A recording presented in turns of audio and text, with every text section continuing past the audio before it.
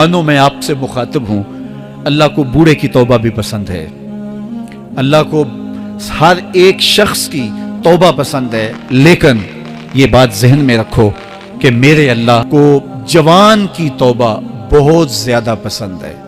میرے اور آپ کے آقا مولا نے فرمایا انا حبیب اللہ، میں اللہ کا حبیب ہوں۔ کتنا بڑا اعزاز ہے جو میرے حضور کا ہے، لیکن ایک دوسرے مقام پہ ارشاد فرمایا الشاب التائب حبیب اللہ، سن لو جو جوان جوانی میں توبہ کرے وہ بھی اللہ کا حبیب ہے۔ کتنا بڑا اعزاز ہے۔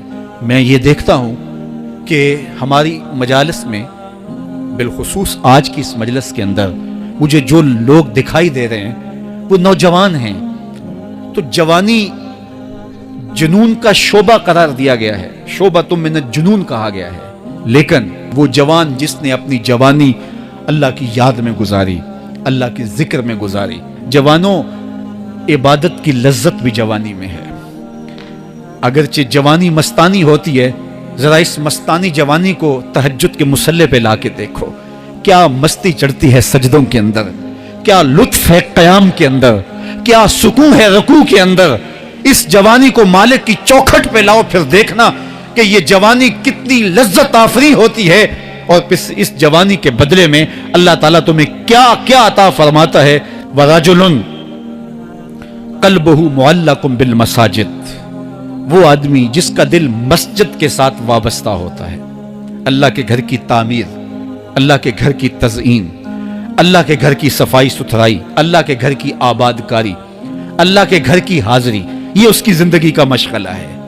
مسجد کے ساتھ وابستہ ہے، اس کو جنون ہے اللہ کا گھر خوبصورت ہو، اس کو جنون ہے اللہ کے گھر میں رونق ہو، اس کو جنون ہے کہ اللہ کے گھر میں صفائی ستھرائی ہو، پاکیزگی ہو، لوگوں کا آنا ہو، اور لوگوں کا مسجد سے ربط ہو، اور مسجد کی حفاظت اس نے اپنے ذمے لی ہوئی ہے، مسجد کے کام وہ غلاموں کی طرح کرتا ہے۔ سنو سنو، میرے حضور نے فرمایا قیامت کے دن اللہ اسے اپنے عرش کا ٹھنڈا سایہ عطا فرمائے گا۔ فرمایا کچھ لوگ مسجدوں کی میخیں ہوتی ہیں، جس طرح لکڑی میں کیل ٹھک جاتا ہے، وہ بھی مسجد میں یوں ٹھک جاتے ہیں، جب بھی تلاش کرو مسجد میں ملیں گے۔ فرمایا جب وہ بیمار پڑ جاتے ہیں، اللہ کے فرشتے ان کے گھر میں حال پوچھنے جاتے ہیں۔ یارو، جوانی کے ایام میں مسجدوں کے ساتھ اپنے آپ کو وابستہ کرو، مسجدوں کی صفائی بھی اپنے معمولات میں شامل کرو۔ جس طرح آپ اپنے معمولات بتاتے ہیں کہ ویکینڈ پہ میں یہ کرتا ہوں، روزانہ کی میری جو ہے وہ ترتیب یہ ہے، مہینے کے بعد ایک مرتبہ یہ تفصیلی کام کرتا ہوں، اپنی زندگی میں مہینے بعد، 8 دن بعد، یا جب آپ کو فرصت ہو، مسجد کی صفائی کا اپنے اوپر ذمہ لو۔ کسی بھی مسجد میں چلے جاؤ، اس کو صاف کرو۔ جب تم اللہ کے گھر کو دھو گے، اللہ تمہارے دل کو دھو دے گا، تمہارے دل کو اللہ پاک کر دے گا۔ تو یہ مسجدیں کعبۃ اللہ کی بیٹیاں ہیں۔ اللہ تعالیٰ نے مسجدوں کے ذریعے زینت دی ہے زمین کو، جس طرح آسمان ستاروں سے سجا ہوا ہے، زمینیں مسجدوں سے سجی ہوئی۔ اس لیے اللہ کے گھر کے ساتھ جو شخص ربط رکھتا ہے، میرے اور آپ کے آقا و مولا نے فرمایا قیامت کے دن اس کو اللہ اپنے عرش کا ٹھنڈا سایہ عطا فرمائے۔ وہ آدمی جس میں تنہائی میں اللہ کا ذکر کیا، اللہ کو یاد کرنے بیٹھ گیا، کوئی دیکھنے والا نہیں تھا، وہ تنہا تھا، حجرے میں تھا، اپنے بند کمرے میں تھا، اپنے رب کو یاد کیا۔ اللہ کی یاد کرتے کرتے اس کی آنکھوں سے آنسو ٹپکنے لگے، اس کی آنکھیں آنسوؤں کا خراج دینے لگی۔ تو میرے اور آپ کے آقا و مولا نے فرمایا کہ یہ آنسو اتنے قیمتی ہیں، ان آنسوؤں کے بدلے میں قیامت کے دن اسے عرش الہی کا سایہ نصیب ہوگا، عرش الہی کا سایہ اسے نصیب ہوگا ان آنسوؤں کے بدلے میں۔ رومی علیہ رحمہ فرماتے ہیں جہاں پانی گرتا ہے وہاں سبزہ اگتا ہے، جہاں آنسو گرتے ہیں وہاں رحمت اترتی ہے۔ تو اس لیے جو اللہ کی یاد میں رونے کا لطف ہے، اور اللہ کی یاد میں آنسو بہانے کا اجر اور صلہ رکھا گیا ہے، یہ گناہوں کو دھو ڈالتا ہے، یہ اندر کی صفائی اور ستھرائی کا سبب اور ذریعہ ہے۔ میرے اور آپ کے آقا مولا نے فرمایا راتوں کی تنہائیوں میں اٹھ کے قرآن پڑھا کرو، اور قرآن پڑھتے ہوئے رویا کرو۔ پھر فرمایا فَإِلَّمْ تَبْكُوا فَتَبَاكُوا، اگر رونا نہ آئے تو رونے کی کوشش کیا کرو۔ حضرت داتا گنج بخش علی حجویری سے ایک مرید نے کہا حضرت اگر رونے کی کوشش کریں پھر بھی رونا نہ آئے، فرمایا پھر اپنے مقدر پہ رویا کرو۔ تم اتنے سنگ دل ہو گئے ہو کہ تمہاری آنکھیں آنسوں کا خراج نہیں دیتی۔ جو رونا نہیں جانتا وہ اللہ کی رحمتوں کو اور اللہ کی کرم نوازیوں کو کیسے سمیٹ پائے گا؟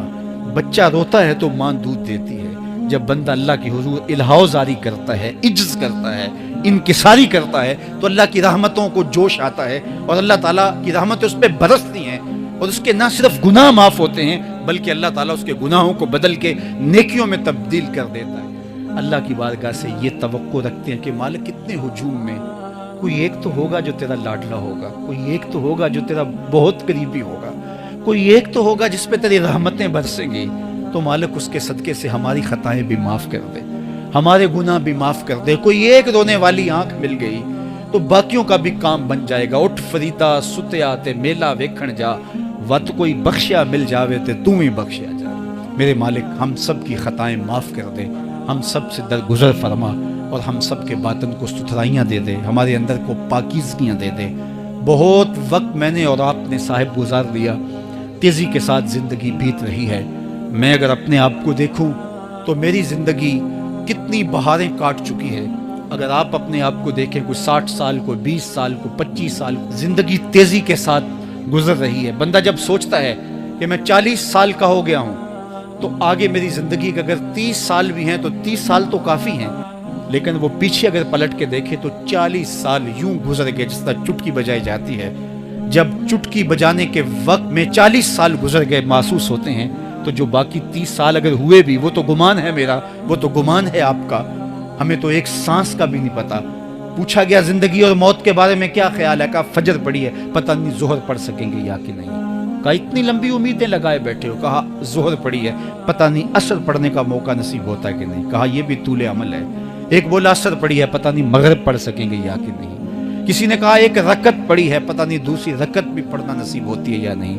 کہا یہ سب تمہارے منہوں کی باتیں ہیں، میں تو کہتا ہوں ایک طرف سلام پھیرا ہے، پتہ نہیں دوسری طرف سلام بھی پھیر سکیں گے یا کہ نہیں۔ کیا موت اتنی قریب نہیں ہے؟ ہم نے اپنی آنکھوں کے سامنے لوگوں کو جدا ہوتے یوں نہیں دیکھا ہے؟ ہم کہتے ہیں اس کی خبر سنا رہے ہو موت کی، یہ تو میں نے ابھی سبزی والی دکان پہ دیکھا تھا۔ لیکن جب موت آتی ہے تو ایک لمحے کا تقدم اور تاخر نہیں ہوتا۔ تو صاحب آئیے اپنی زندگی کو اللہ اور اس کے رسول کی راہوں پہ ڈالیں۔ آج وقت ہے، آج موقع ہے، آج توبہ کا دروازہ کھلا ہے، کل سب کچھ نہیں ہوگا۔ آج اس کی رحمتیں آواز دے رہی ہیں، آج وقت ہے، وقت پر کافی ہے ایک قطرہ